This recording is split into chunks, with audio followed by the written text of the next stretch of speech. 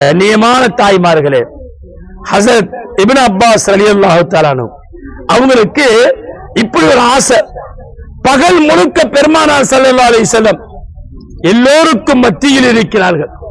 பகல் முழுக்க ஆண்களோடு பள்ளியோடு சபைகளோடு இருக்கிறார்கள்.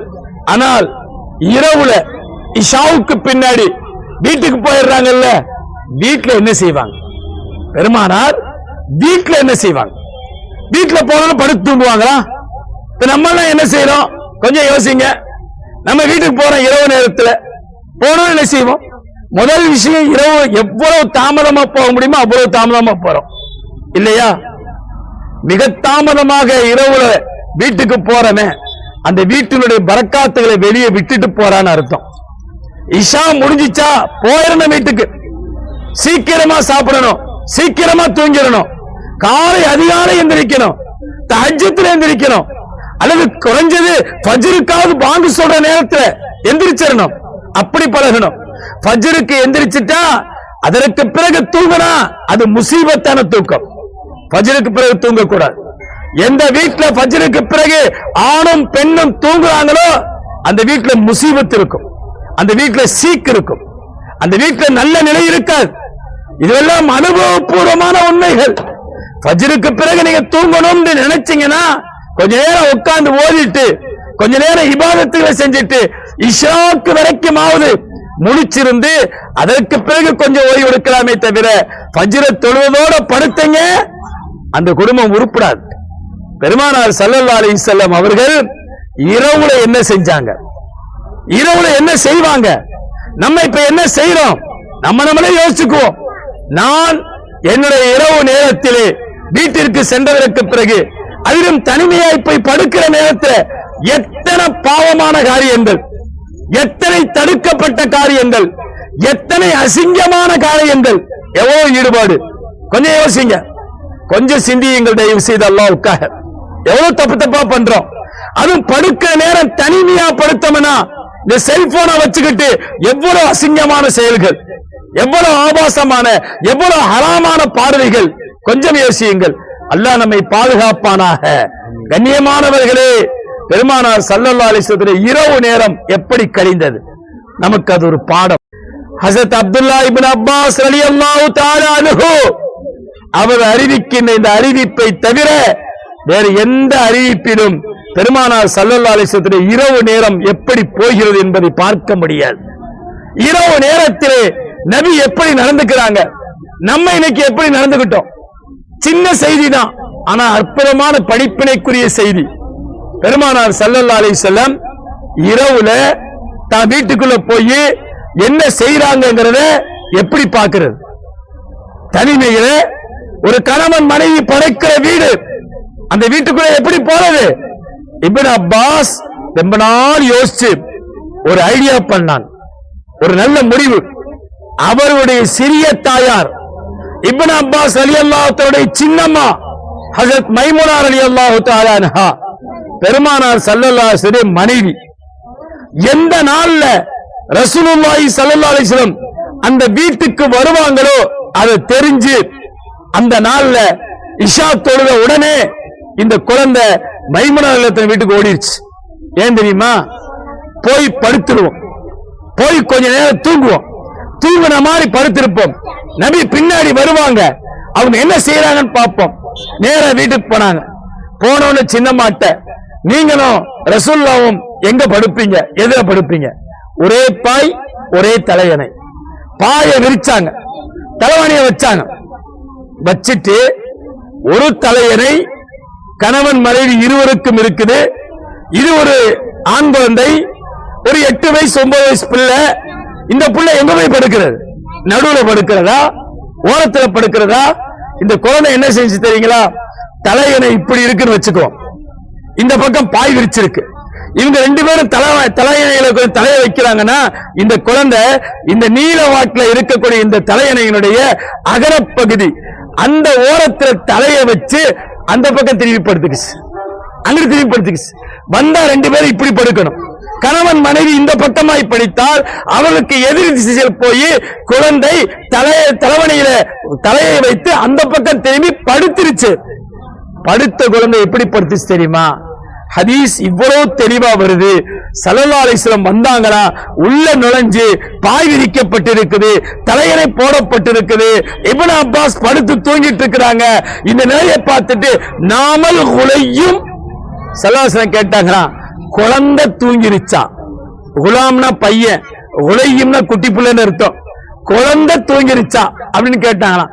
அது அனாம ஹதீஸ்ல இந்த வார்த்தை இருக்குது, தூங்குற மாதிரி தான் தெரியுது அவங்க சொன்னாங்களாம். யாரு? ஹஜரத் மைமுனா ரலியல்லாஹு தஆலா அன்ஹா, பெருமானாருடைய மனைவி, இந்த குழந்தைக்கு சிறிய தாய். அவங்க சொல்றாங்க குழந்தை தூங்குற மாதிரி தான் தெரியுது. இந்த செய்தியை அறிவிக்கிறது யார் தெரியுமா? அந்த குழந்தை தான். உள்ள வந்தாங்க, குழந்தை தூங்கிருச்சான்னு கேட்டாங்க, தூங்குற மாதிரி தான் தெரியுதுன்னு என்னுடைய சிறிய தாயார் சொன்னாங்க அப்படிங்கிறதையும் அந்த பிள்ளைதான் அறிவிக்குது. அமைதியா படுத்திருக்கு தூங்குற மாதிரியே. பெருமானார் ஸல்லல்லாஹு அலைஹி வஸல்லம் என்ன செய்யறாங்கன்னு பார்க்கணும்ல. வீட்டுக்குள்ள வந்தா என்ன நடக்குது, வீட்டுக்குள்ள இரவு நேரம் எப்படி கழியுது. வந்தார்கள், இரவனுடைய தேவைகள், உணவு அருந்தியது என்னவோ அதையெல்லாம் முடிக்கிறார்கள். முடித்ததற்கு பிறகு ஒளி செய்கிறார்கள். ஒளி செய்து விட்டு பாயிலே வந்து உட்கார்கிறார்கள். உட்கார்ந்தவர்கள் சூரத்துல் பக்ராவுடைய கடைசி வசனங்கள் அதை ஓதுகிறார்கள். ஆயத்துல் குர்சி ஓதுகிறார்கள், முஅவ்விதத்தைன் ஓதுகிறார்கள். வரிசையா அந்த குழந்தை சொல்லுது, இத்தனையும் ஓதுகிறார்கள். ஓதிவிட்டு தஸ்பீஹ் எல்லாம் செய்கிறார்கள், கையிலே ஊதிக்கொள்கிறார்கள். பிறகு படுத்தார்கள். இவ்வளவு செய்தியும் யார்தான் அறிவிக்கிறார்? அந்த குழந்தை தான் அறிவிக்கிறது. வந்தார்கள், இத்தனை வேலையும் எல்லாம் பார்த்துட்டு இருக்கு. தூங்குற மாதிரி படுத்திருக்கிறத விட தூங்கல. நோக்கம் அதற்கு என்ன நடக்குது பார்க்கணுமே.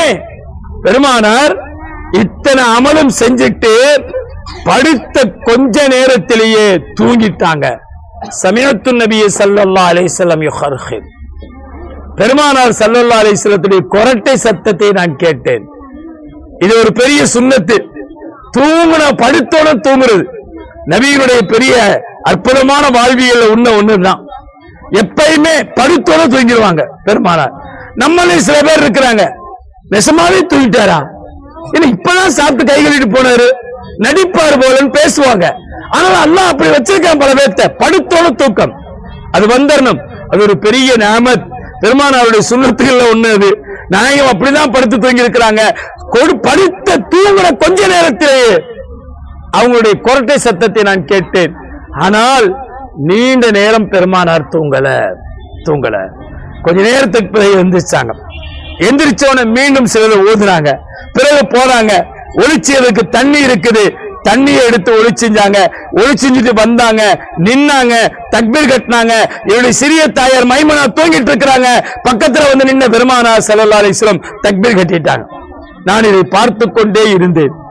இரவுல கொஞ்ச நேர தூக்கத்திற்கு பிறகு எழுந்து பெருமானார் தொழுகிறார்கள். என்னைக்காவது ஒரு நாள் நம்ம கேட்டுக்குவோமே, யாருக்கோ பேசுற பேச்சு இல்லையே, நம்ம கேட்டுக்குவோமே. நம்ம தூங்கி எந்திரிச்சோன்னு இருக்க வேணாம்.